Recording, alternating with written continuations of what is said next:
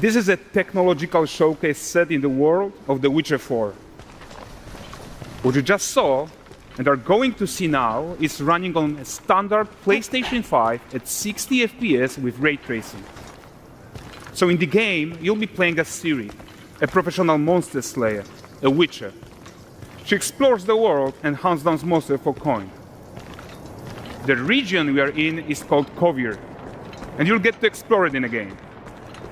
Right now, CİRİ is investigating a monster, and after gathering new clues, she is heading back to a nearby village.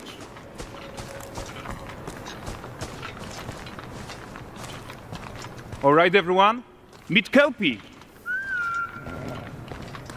Let weeds be weeds, Kelpie. So just like Geralt had Roach, CİRİ has her own loyal companion. We return to town. These two characters need to feel like one.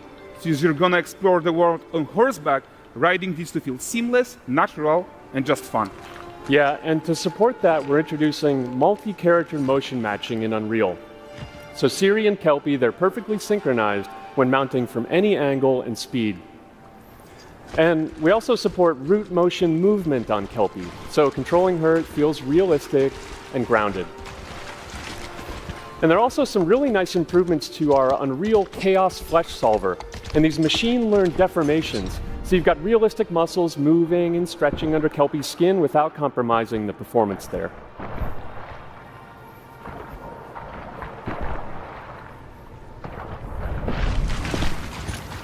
So let's leave CİRİ behind for a second and talk about the world itself. So much of the Witcher world is natural, organic, especially CİRİ with its dense forest and wild nature. Yeah, and wild nature is hard. And with nanite geometry, we've freed artists from so many of their old constraints. But we don't want to rest until everything we do in Unreal has that same spirit of freedom. There's always more work to do.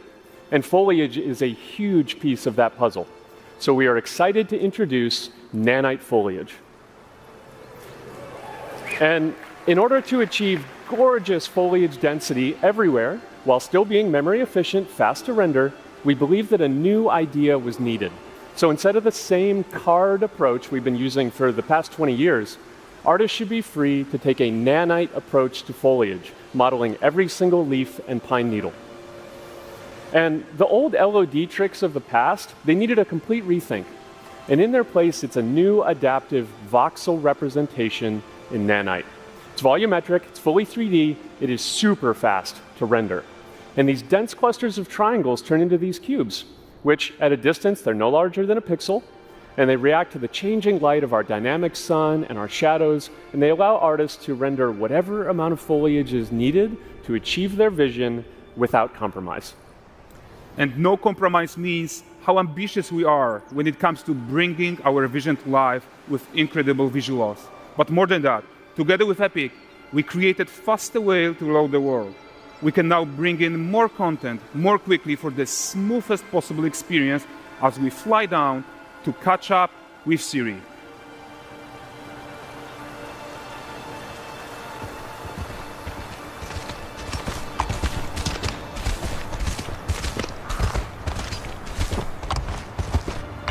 Welcome to Valdrest.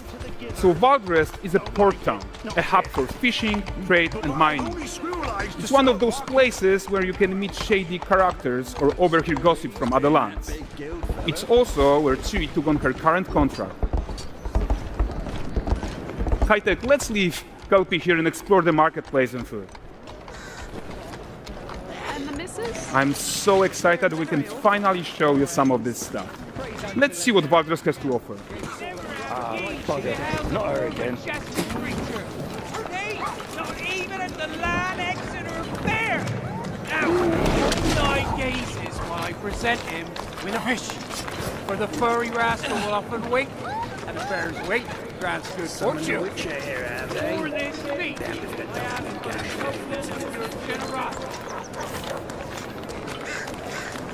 Pardon.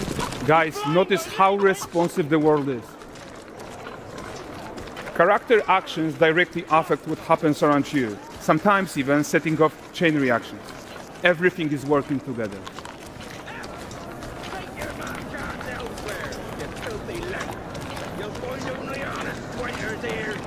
Oh, look at this poor gentleman being taught how to fly by an angry innkeeper. That's what happens when you cheat at Gwent. Last of it, is it? Running away. Silver, round ones, jingle in my purse.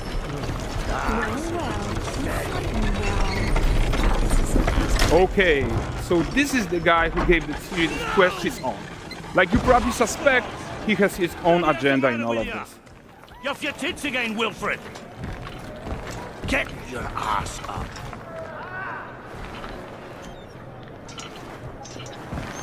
A typical day's toil. Who in? With Churres. One news of my wagons. No eternity is taking that damn salt to arrive. I found them. And, well, suffice to say, they'll not reach you. As for the salt, I found not one speck. I presume this comes as no surprise to you. Now. Kavir's smuggling trade is of no concern to me. Shush, shush, shush. The manticore that flattened your cart and devoured your men, quite the opposite. Manticore? No, them winged hellspawn dwell in the arse end of Creighton. Not here. While CİRİ decides what to do about that merchant, let's take a look at the character technology that powers this marketplace. Why don't we listen in on these fishmongers? They're selling their wares, chatting up customers. Morning, catch this is. Won't find none fresher. Ready, me ladies, after one of them. Comes. Get this cleaned and gutted for you. You mind, dearest? Into seeing something more.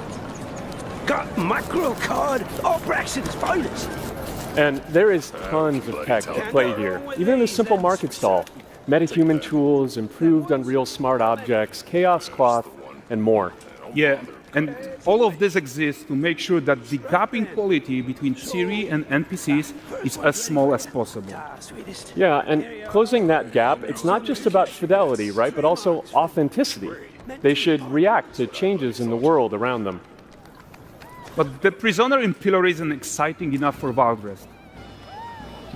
Let's grab everyone's attention with a circus.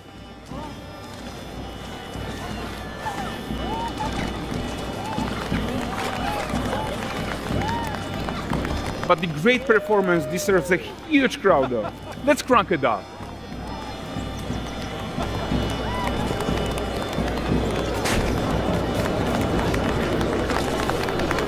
So you are seeing tons of optimizations here to many of Unreal systems, including an entirely new Unreal animation framework, allowing us to fit easily in our 60 FPS budget, not just in rendering, but also with room to spare on the game thread.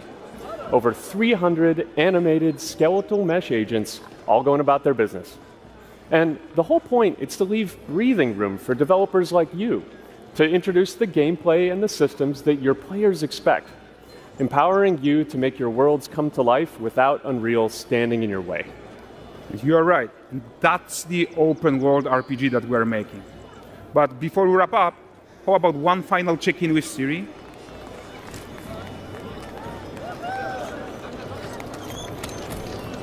We are making this game to be the most immersive and ambitious open world Witcher game ever. And we are making this a reality thanks to our work on Unreal with the team at Epic. I think what we are doing together is going to bring in a new generation of open world RPGs, and I'm so proud of what we accomplished so far. We are too. So we're almost done, but before we go, here's a small gift for all Witcher fans. A first look at Lanexeter.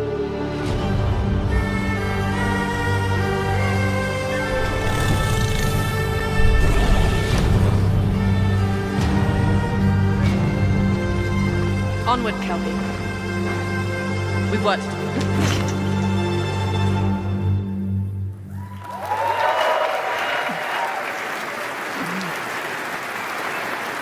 Thanks, guys. Seriously, it looks amazing. And we've also barely scratched the surface of what's coming in Unreal 5.6. So here's Julien to tell you even more.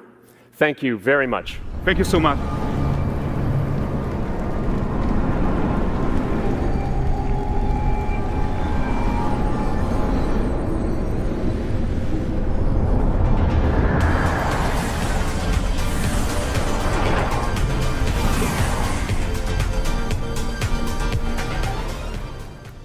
Hey everyone, great to be here in Orlando. I spent a lot of time on this demo, so I'm happy to be the one to talk about what went into the 5.6 release. An open world like that was just the perfect content to focus on our main goal for the release, which was performance. We want the engine to scale to large and rich worlds. We want to preserve graphics quality. And of course, we want to deliver high frame rates that you and your players expect. So let's check it out, starting with rendering. If you all remember, when we released Nanite with UE5, it supported static geometry. Last year, we brought skinning to Nanite. And now, we're working on Nanite foliage. The only way to have a forest that looks as good as this one is to use 3D geometry for all parts of the trees, just like we do for everything else. However, this is a crazy amount of fine geometry, so we had to rethink how trees are created and displayed. To create them, we developed Nanite assemblies. These 28 little parts that you see are all that we use to build all the spruces from the forest. They are instanced thousands of times and used like building blocks to assemble trees in different ways.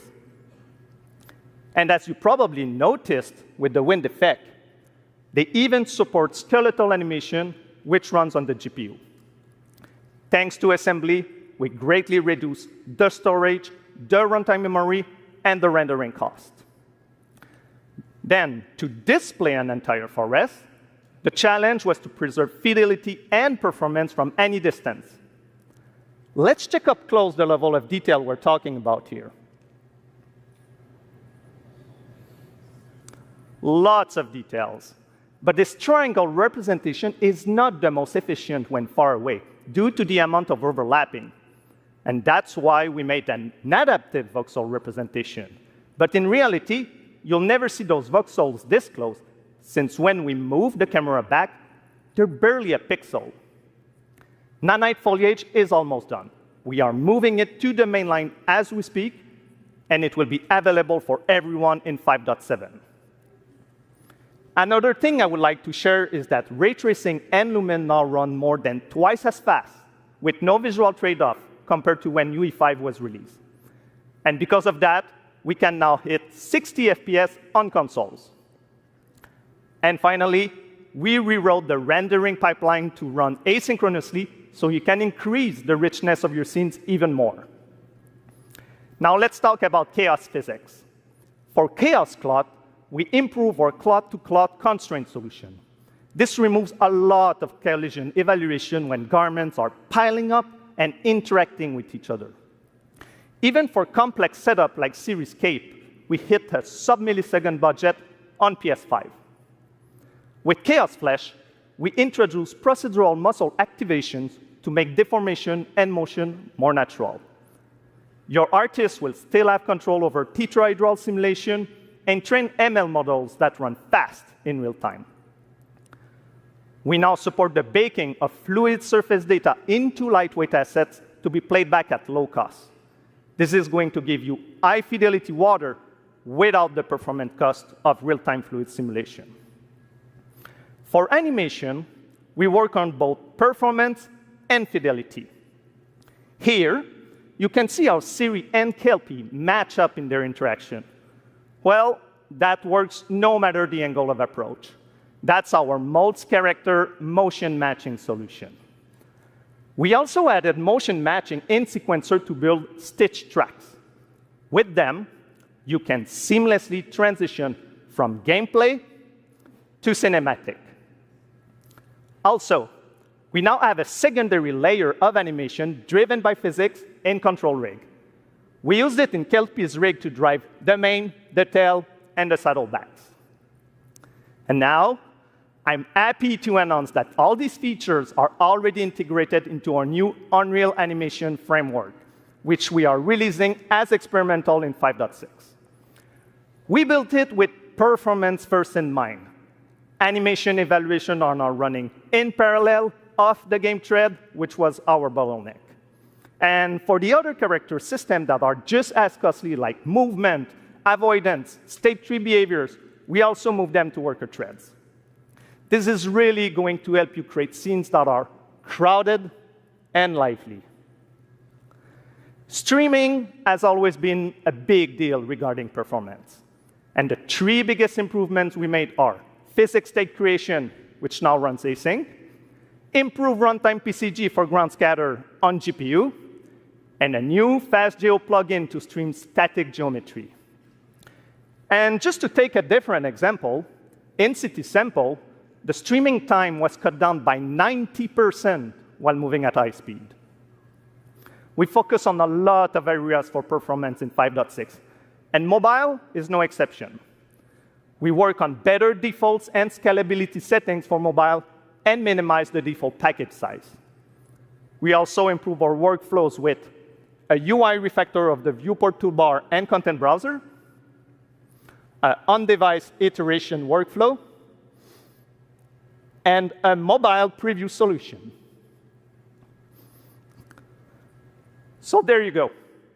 Unreal Engine 5.6 is all about performance, and it's available today.